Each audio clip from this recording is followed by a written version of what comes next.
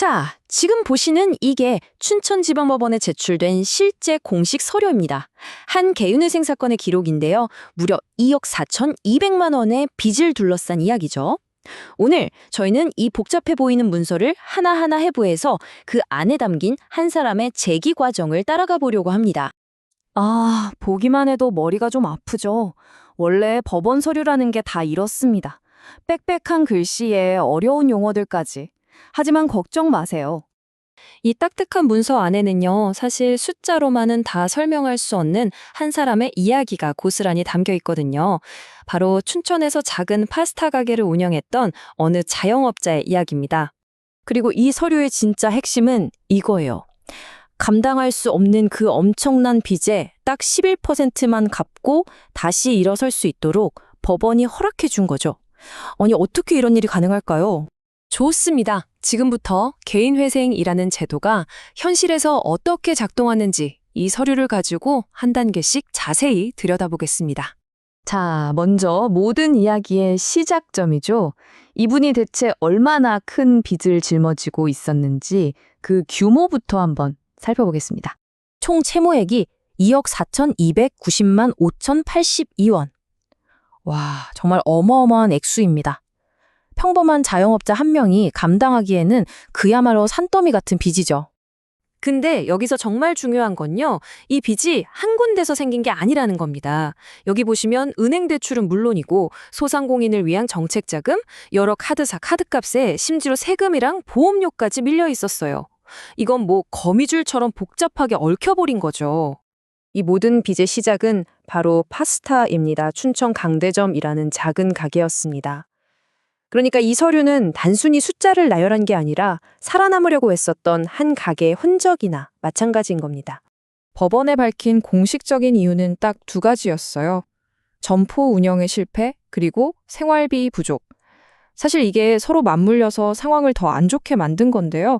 장사가 안 되니까 수입이 줄고, 수입이 주니까 생활이 어려워져서 또 빚을 내서 생활비를 쓰고 전형적인 악순환에 빠진 거죠. 자, 이렇게 정말 막막한 상황에서 한 줄기의 빛이 되어준 법적 해결책, 개인회생. 대체 이게 뭘까요? 개인회생, 말이 좀 어렵죠? 쉽게 말해서 이겁니다. 꾸준히 돈은 버는데 도저히 이 빚을 전부 갚을 능력은 안 되는 사람들을 위한 법적 절차예요. 법원이 정해준 기간 동안 빚의 일부를 성실하게 갚으면 나머지 빚은 법적으로 없애주는 거죠. 여기서 핵심은 이게 파산이랑은 완전히 다르다는 거예요. 모든 걸 포기하고 끝내는 게 아니라 제가 갚을 수 있는 만큼은 끝까지 책임지겠습니다 라는 약속을 하고 법원의 관리 아래서 다시 일어서는 계획을 짜는 겁니다. 그럼 법원은 대체 갚을 수 있는 만큼을 어떻게 계산하는 걸까요? 자, 지금부터 이 사건의 재정 상태를 아주 냉정하게 한번 들여다보겠습니다. 이 화면이 모든 걸 말해줍니다. 갚아야 할 빚은 2억 4천만 원이 넘는데 당장 팔 수 있는 재산은요? 가게에 있던 냉장고, 냉난방기 같은 거 다 긁어 모아도 겨우 206만 원 뿐입니다. 이 압도적인 차이를 보면 애초에 빚을 전부 갚는다는 게 물리적으로 불가능했다는 게 명백해지죠.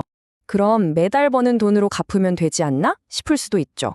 법원은 월 평균 소득 146만 원에서 사람이 살아가는데 꼭 필요한 최소한의 돈, 그러니까 법으로 정한 최저생계비 약 103만 원을 빼줬습니다. 그렇게 해서 매달 빚 갚는 데 쓸 수 있는 돈, 이걸 가용소득이라고 하는데요.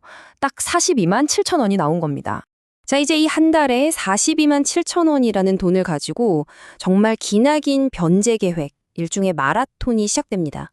변제 기간은 총 60개월, 그러니까 꼬박 5년입니다.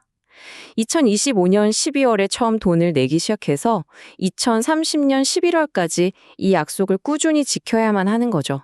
정말 긴 레이스입니다. 이 계획이 얼마나 꼼꼼한지 한번 보세요.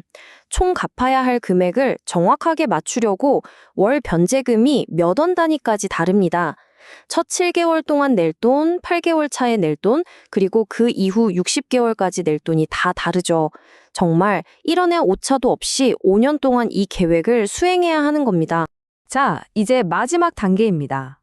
이 5년간의 마라톤을 다 완주했을 때 그 결과는 무엇이고 또 이 계획이 법적으로 타당하다고 인정받은 이유는 뭘까요? 바로 이 청산가치 보장의 원칙이라는 것 때문입니다. 말이 좀 어려운데 아주 간단해요. 만약 이 사람이 그냥 파산해서 모든 재산을 팔았다면 채권자들이 나눠 가질 돈은 총 206만 원뿐이었겠죠? 하지만 이 회생 기획을 따르면 5년 동안 갚는 돈의 현재 가치가 약 2,295만 원이 됩니다. 현재 가치는 미래에 받을 돈을 지금의 가치로 바꾼 건데요. 쉽게 말해서 채권자들 입장에서도 파산시키는 것보다 이 계획을 따르는 게 훨씬 더 이득이라는 뜻입니다. 이게 핵심이에요. 그래서 최종 결과는 이렇게 됩니다. 원래 갚아야 할 원금 약 2억 4천만 원 중에서 5년 동안 총 2,567만 원 정도를 갚게 되는 거죠. 당연히 이자는 전액 면제되고요. 이걸 비율로 따져보면 원래 원금의 딱 11%를 갚는 셈입니다.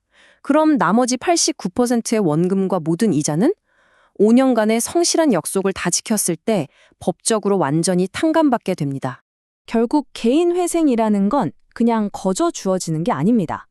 5년이라는 아주 긴 시간 동안 엄격하게 통제된 최소한의 생계비를 쓰면서 빚을 갚아 나가는 혹독한 과정을 통해서 스스로 얻어내는 두 번째 기회인 셈이죠.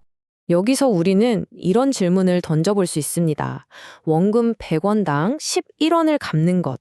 이것은 한 사람의 재기를 위해 우리 사회가 지불하는 공정한 대가일까요? 여러분의 생각은 어떠신가요?